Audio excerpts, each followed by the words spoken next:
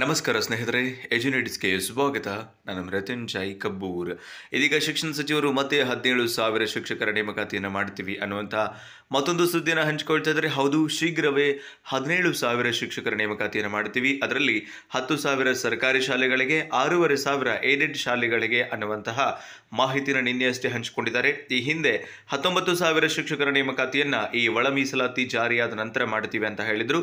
ಅದಕ್ಕೂ ಮೊದಲೇ ಈಗ 17,000 ಶಿಕ್ಷಕರ ನೇಮಕಾತಿಯನ್ನ ಒಳ ಮೀಸಲಾತಿ ಬಂದ ನಂತರ ಇಮಿಡಿಯೇಟ್ ಆಗಿ ನಾವು ಶೀಘ್ರದಲ್ಲೇ ನೇಮಕಾತಿಯನ್ನು ಆರಂಭ ಮಾಡ್ತೀವಿ ಅನ್ನುವಂಥ ಮಾಹಿತಿಯನ್ನ ಮತ್ತೊಮ್ಮೆ ಮಾನ್ಯ ಶಿಕ್ಷಣ ಸಚಿವರು ಹಂಚಿಕೊಂಡಿದ್ದಾರೆ. ಒಟ್ಟು 17,000 ಶಿಕ್ಷಕರ ನೇಮಕಾತಿಯನ್ನ, ಅದರಲ್ಲಿ ವಿಶೇಷವಾಗಿ ಕಲ್ಯಾಣ ಕರ್ನಾಟಕ ಭಾಗದಲ್ಲಿ 11,000 ಶಿಕ್ಷಕರ ನೇಮಕಾತಿಯನ್ನ, ಇನ್ನುಳಿದ ಭಾಗದಲ್ಲಿ 6,000 ಶಿಕ್ಷಕರನ್ನು ಒಳಗೊಂಡಂತೆ ಒಟ್ಟು 17,000 ಶಿಕ್ಷಕರ ನೇಮಕಾತಿಯನ್ನ ಶೀಘ್ರದಲ್ಲೇ ಮಾಡ್ತೀವಿ ಅಂತ ಹೇಳಿದ್ದಾರೆ.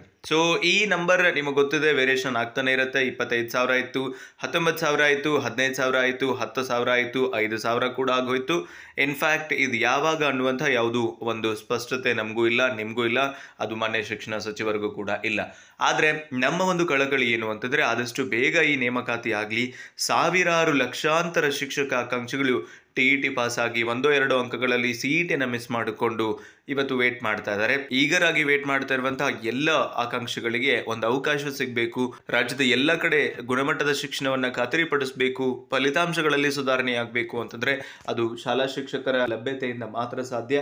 ಸೊ ಅಂತಹ ಒಂದು ಕ್ವಾಲಿಟಿ ಶಿಕ್ಷಣವನ್ನ ಒಂದು ಡೆಡಿಕೇಟೆಡ್ ಟೀಚರ್ಸ್ನ ಮೂಲಕ ಕೊಡೋದಕ್ಕೆ ಸರ್ಕಾರ ಮುಂದಾಗಬೇಕು ಅನ್ನುವಂಥದ್ದು ನನ್ನ ಒಂದು ಕಳಕಳಿ ಕೂಡ. ಸೊ ಅದೇನೇ ಆಗಿದ್ರು ಕೂಡ ಈಗ 19,000 ಶಿಕ್ಷಕರ ನೇಮಕಾತಿಯನ್ನು ಮಾಡ್ತೀವಿ ಅಂತ ಹೇಳಿದ್ರು. ಸೊ ಆ ಒಂದು ಪ್ರಕ್ರಿಯೆಗೆ ಸರ್ಕಾರ ಮುಂದಾಗ್ತಾ ಇದೆ ಅನ್ನುವಂಥದ್ದನ್ನ ಪತ್ರಿಕೆಯವರು ಕೂಡ ಹೇಳ್ತಿದ್ದಾರೆ. ಸಂಯುಕ್ತ ಕರ್ನಾಟಕದಲ್ಲಿ ಅದೇನೇ ಆಗಲಿ, ಒಟ್ಟು ಶಿಕ್ಷಕರ ನೇಮಕಾತಿ ಆಗಲಿ. ಸೊ ಆದಷ್ಟು ಬೇಗ ನೇಮಕಾತಿ ಪೂರ್ಣಗೊಂಡು ಶಿಕ್ಷಕರಾಗಿ ಸೇವೆ ಸಲ್ಲಿಸೋದಕ್ಕೆ ಅವಕಾಶಗಳು ಸಿಗಲಿ ಶಿಕ್ಷಕ ಆಕಾಂಕ್ಷಿಗಳಿಗೆ ಅನ್ನುವಂಥದ್ದು ಮಾತ್ರ ಒಂದು ಕಳಕಳಿ. ಸೊ 17,000 ಶಿಕ್ಷಕರ ಪೈಕಿ ಒಟ್ಟು 11,000 ಕಲ್ಯಾಣ ಕರ್ನಾಟಕಕ್ಕೆ, ಇನ್ನು ನಾನ್ ಕಲ್ಯಾಣ ಕರ್ನಾಟಕಕ್ಕೆ 6,000 ನೇಮಕಾತಿ ಮಾಡ್ಕೋತೀವಿ ಅಂತ ಹೇಳಿದ್ದಾರೆ. ಅದರಲ್ಲಿ 6,500 ಏಡೆಡ್ ಸ್ಕೂಲ್ಗಳಿಗೂ ಕೂಡ ಟೀಚರನ್ನ ರಿಕ್ರೂಟ್ ಮಾಡ್ತೀವಿ ಅನ್ನುವಂಥ ಮಾಹಿತಿಯನ್ನ ಶಿಕ್ಷಣ ಸಚಿವರು ಹೇಳಿದ್ದಾರೆ. ಕಾದ್ ನೋಡೋಣ. ಈಗಾಗಲೇ ಒಳ ಮೀಸಲಾತಿಗೆ ಸಂಬಂಧಪಟ್ಟಂತಹ ಸಮೀಕ್ಷೆ ಕೂಡ ಆರಂಭ ಆಗಿದೆ.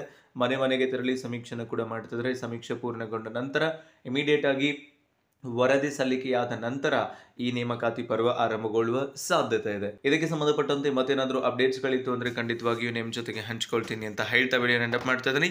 ಸಿಗೋಣ ಮುಂದಿನ ವಿಡಿಯೋದಲ್ಲಿ. Thank you so much. Have a good time.